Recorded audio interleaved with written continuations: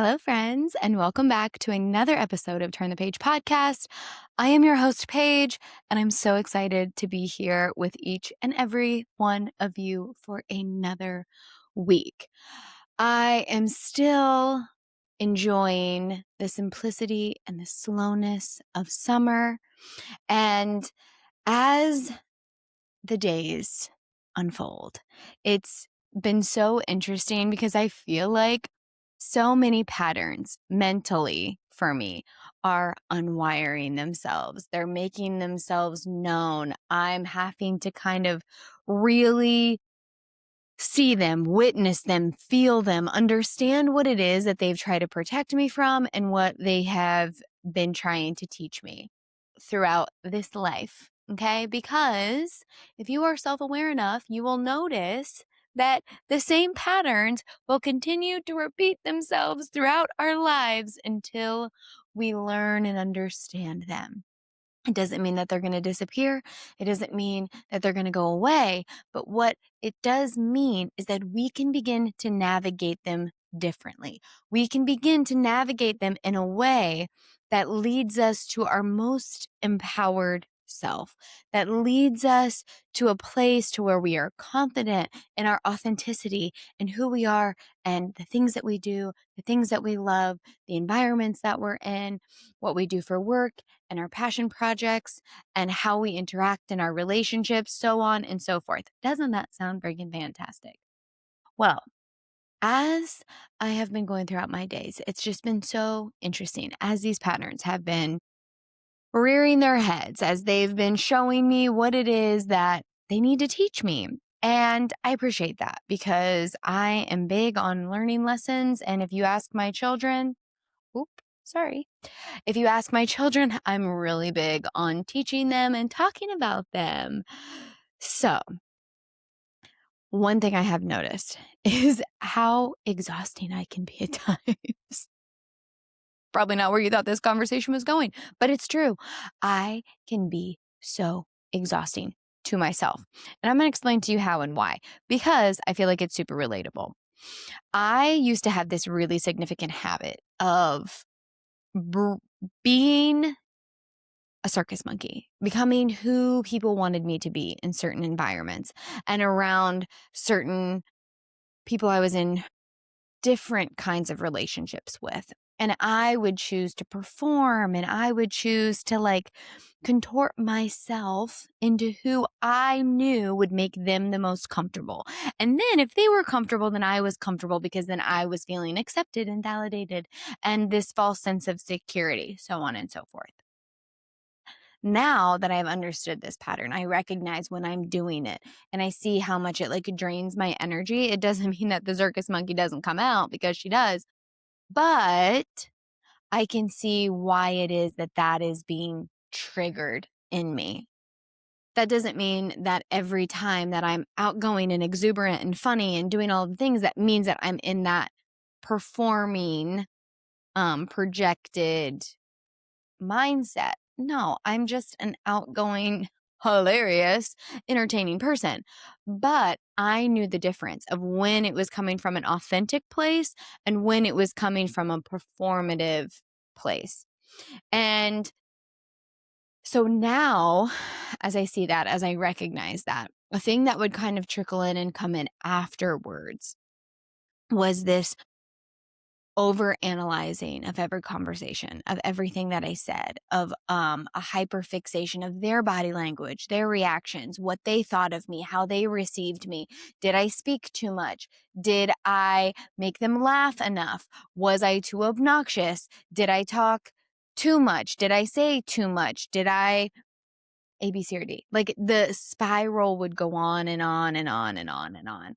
And it would be debilitating. A lot of times that's why I drank in social settings, was because that made me more comfortable and it turned off the voice in my head. So like the hyperfixation would stop. But then when I would sober up the next day after a crippling hangover, I would then feel so much shame and anxiety. And so all of this played such a big factor. It was such a push and a pull and a push and a pull and a push and a pull. And I didn't like myself. I didn't know myself. So how was I supposed to gauge whether or not the people that I was around genuinely liked me? Because I didn't know if they genuinely knew who I was. I didn't know if they could actually see me beyond the mask. Now, thankfully, I have been surrounded by so many people in my life for a significant period of time who did see me, who we were able to connect in a deeper way than those masks that I would put on or portray. Some of those relationships weren't deeper than that, and they've kind of fallen away or fallen to the background. And that's okay. I've had to learn to accept that. But now what I've noticed lately, and I think it is just for the purpose of me kind of like really learning these lessons and really just like seeing how far I've come. But I've noticed myself lately, like having conversations with people and leaving and then repeating that same like hyperfixation conversation in my head. Like, oh my gosh, Paige, you talk too much. Oh my gosh, Paige, you interrupted them. Oh my gosh, like beating the shit out of myself mentally for just showing up and being human, for just showing up and existing in my skin and talking and speaking. And yeah, sometimes we can all be a little like unaware. Sometimes we can be a lot. God, like I have a personality that is a lot for some people. And yeah, I might be not only exhausting to myself, but to others. And like, that's not something that I'm going to shame myself for. I'm so tired of that like shame spiral and that hyperfixation and that voice in my head trying to convince me that I need to stay small, trying to convince me that I need to stay small so that I can be more digestible. And I think that why these patterns are kind of repeating themselves and kind of showing themselves to me again in a harsher way is so that I can course correct them, so that I can really unwire that pattern, so that I can really tell myself, like, hey, I'm not going to abandon you. Like, I'm not going to abandon you. I'm not going to leave you in the shitstorm of your mind. Just because your thoughts are trying to tell you that these things are true doesn't mean that they are. Could you be a lot? Yeah, but you're a lot of passion and you're a lot of fun and you're a lot of honesty and excitement and grit and resilience. And there's a lot of people out there that love that and they love you for it. There are going to be some people who don't. That's actually okay. Because one of the things that I tell my children all of the time is that you can be kind, but you do not have to like every single person that you come into contact with. Not everybody is going to like you. That is okay. You can still choose to be kind because you are not going to like everyone. Sometimes people are just not your people, and that is okay. And sometimes they are in the category of an acquaintance, or sometimes they are in a more like surface level relationship. Not every single person in your life has to be the ones that you dive into the nitty gritty with, that you dive into the depths and the deep end. Now, if you're talking to me for longer than 5 minutes, there's a really good chance that we'll get there, or I will, because I'm pretty much an open book, which can also be intimidating for people. But I don't want to shame myself for those parts of me anymore. I don't want to make myself feel bad for that being such an intricate part of my personality. I am sensitive and I love to talk about things that are really just in depth. And I really like to be able to express my opinions, but I also like the freedom to be able to change my mind. And so as I interact with people and as I like come into contact people and as these conversations are kind of like repeating themselves in my mind after I've had them, like after I've engaged with them, I've been allowing them to just show me. Like, okay, just show me. Like, I hear you. I see you. I understand you're trying to protect me from rejection or abandonment. But like, hey, girl, like, I'm not going to abandon you anymore. Like, I'm not going anywhere. I've got you. Like, that's what I tell myself. I have got you. And I love you. I love who we're becoming. And I love the fact that we're stepping more and more into our boldness and our authenticity so that we can truly shine our light within this world. We're no longer dimming it just because we think that other people won't receive it the way that we want to. That's the thing. When I would contort myself and I would shrink myself, I was trying to control how they would receive me. And when it all breaks down, so much of that comes from fear. Why are we trying to control the situation? It was because we are in fear. And so I just want to embody love. Like every single person that I engage with, it's just with the energy of love. It's with the energy of kindness. It's with the energy of authenticity. And they can receive that in whatever capacity they wish, in whatever capacity that their perspective allows. That's not mine to carry. I'm not responsible for that. And so as these lessons continue to show up, as these patterns continue to show up, I see the ways in which I've grown from them. I see the ways in which they still hurt, they still sting. Like this freaking monster in my brain, we all have them. She can be gnarly. She can be gnarly because she knows my weakest points. She knows all my wounds. She knows what's going to cut to the quick, the fastest. But I don't have to give her the power. I don't have to give her the power. I don't let her run the show anymore. I used to, but I don't. And another thing that I've been thinking about lately is how this younger version of me, this specifically the teenager in me, how she used to put other people on such a pedestal. She used to put other people on such a pedestal, whether it was friendships, whether it was her friends, whether it was the boys that she liked. And I did this up until my 20s. I would put these other people on a pedestal.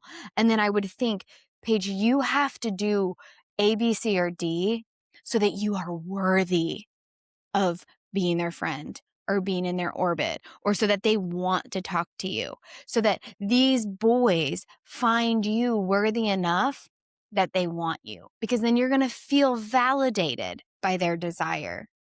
And it gave me a false sense of security. Did I use it? Was it a powerful thing in moments and at times? Yeah, it was. It was. I used it. I used it as a tool to try to control and just manipulate the things around me so that I could feel safe. I'm not shaming myself for that, but I did it so that I could feel safe. But I used to put people on this pedestal. I used to put people on this pedestal and think, God, I'm so lucky that you want to give me attention. Now, what do I need to do to keep it, to hold it, for you to look at me the way that you're looking at me, or to want me, or to desire me? And I would just give so much. I would pour so much into that. And it was like I constantly was feeling like I wasn't good enough, so that I needed to prove my worth. And you can do this with anybody. You can do this, like I said, with relationships, romantic, friendships, family, parents. You can put them up on this pedestal and constantly think in your mind, like, I'm not good enough, so I have to prove to you that I'm worthy. And I chased that. And I tried so hard for so long to reach this epitome of worthiness that I thought meant something to somebody else. And it was just, again, another form of me trying to feel safe, and me trying to be accepted, and me trying to find and fill this void that I had inside of me. And it wasn't until I really hit that rock bottom moment for myself that I realized, hey, babe, the only person you need to be putting on a pedestal is you. The only person you need to be putting on a pedestal is you. You need to give yourself this love. You need to set a different standard for yourself. When you put yourself up on that pedestal, then you're setting an expectation for the people that you allow into your orbit, that people that you give your access to your energy and to the love that you have within. but you give that love to yourself first. You know, and you embody and you believe in that worthiness so that then you may attract what you deserve. Because the energy that we put out is the energy that we will receive. And there is a version of me that used to exist that the energy she was putting out was very desperate. She was very desperate. And she just wanted that validation. She wanted that validation. And it's an interesting thing that happens when you don't need it anymore. You can give it to yourself. That power comes from within. That power comes from this place inside of you that you have control over. You have control over whose energy you allow yourself to absorb and who you allow access to your energy. And it's very important that we cleanse that every single night, every single day. I do a little ritual to where I'm just like, okay, please allow any energy that's not mine from any person, place, or thing I've allowed access to or had access to fall away. Any energy that I have given to others, please call back to me because it is mine. And, it's funny and it's interesting. Like a certain person I ran into recently that a teenage version of me put up on a pedestal. This person made me feel like I was never going to be good enough for them. And I always was just like chasing their validation. I was always chasing their love, their attention, and having an interaction with them now was so interesting because I felt those old like twinges of like, oh my gosh, like, what do they think of me? What do they think of me? And it was interesting because after I left the interaction, I like went home and I like held my teenage self and I was just like, babe, babe, that pedestal, it was like the house of cards. Let's just give it a flick and watch it fall. You are always worthy of their attention, of their love. You are always worthy of it. If they didn't see it, that's not on you. That is not on you. And it was just like this really liberating moment because there's so many people, just because like of this one interaction with this one person that I used to put on a pedestal, it kind of, again, like that house of cards, like it just trickled down into all of these other people that I still feel like there was these tiny snippets of energy that were being released into those old patterns. And I think it's something that so many of us do. So many of us do, especially in small towns, because people want to hold on to who you were instead of really seeing who you are. And that's not something for us to take responsibility for. All I can do is show up and be 100% authentically myself in this moment. And I don't need to like overanalyze it. I'm safe. I'm loved. I'm loving. I'm lovable. So are you. So are you. If there's people in your life currently that you are putting up on a pedestal, take them down. Take them down. Because that is just an illusion. It's an illusion in our mind that just feeds these wounds that fester. We are all equal. We are all equal. We all come from the same beautiful energy. We all have unique things to offer. And there's no reason to put anybody up on a pedestal because everyone has their own shit. They have their own insecurities. They have their own mistakes. They have their own story. Stop making them the main character of yours. You are the main character. You own your power. You own your story. You own the things that make you you. And it just, I don't know, it just felt really good. Even though, like, I can't say that it feels good all the time because let me tell you, when those thoughts come in, like I said, they can be gnarly, but it's just like the unwiring of them has felt good. The unwiring of them has felt liberating and freeing. And it's just like, okay, we're like moving one step closer to this like new embodiment of this version of ourselves. I mean, my God, it's even showing up in my hair. For those of you watching, I'm just like trying to give this like free spirit that lives within me more room to fly. And I think you should too. I think you should too. Stop putting people on pedestals. Stop thinking that you have to prove your worth to be seen, for them to see you. You see you first. You hear you. Stop and listen. Stop and look. What is it that you need, that you value, that brings you joy? So that then you can call in the people, the places, the things that are going to just like amplify that in your life. Stop chasing and start attracting. Now, I feel like I have been on this journey of self-discovery for a hot minute. But more and more lately, it's less about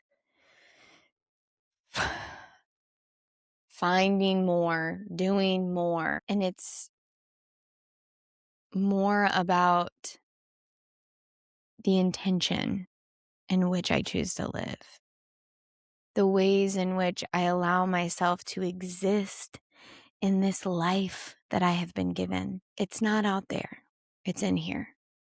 And we just have to like slow down enough, pay attention enough to really see it and witness it and appreciate it. So appreciate yourself. Stop putting people on pedestals. I'm going to say it again.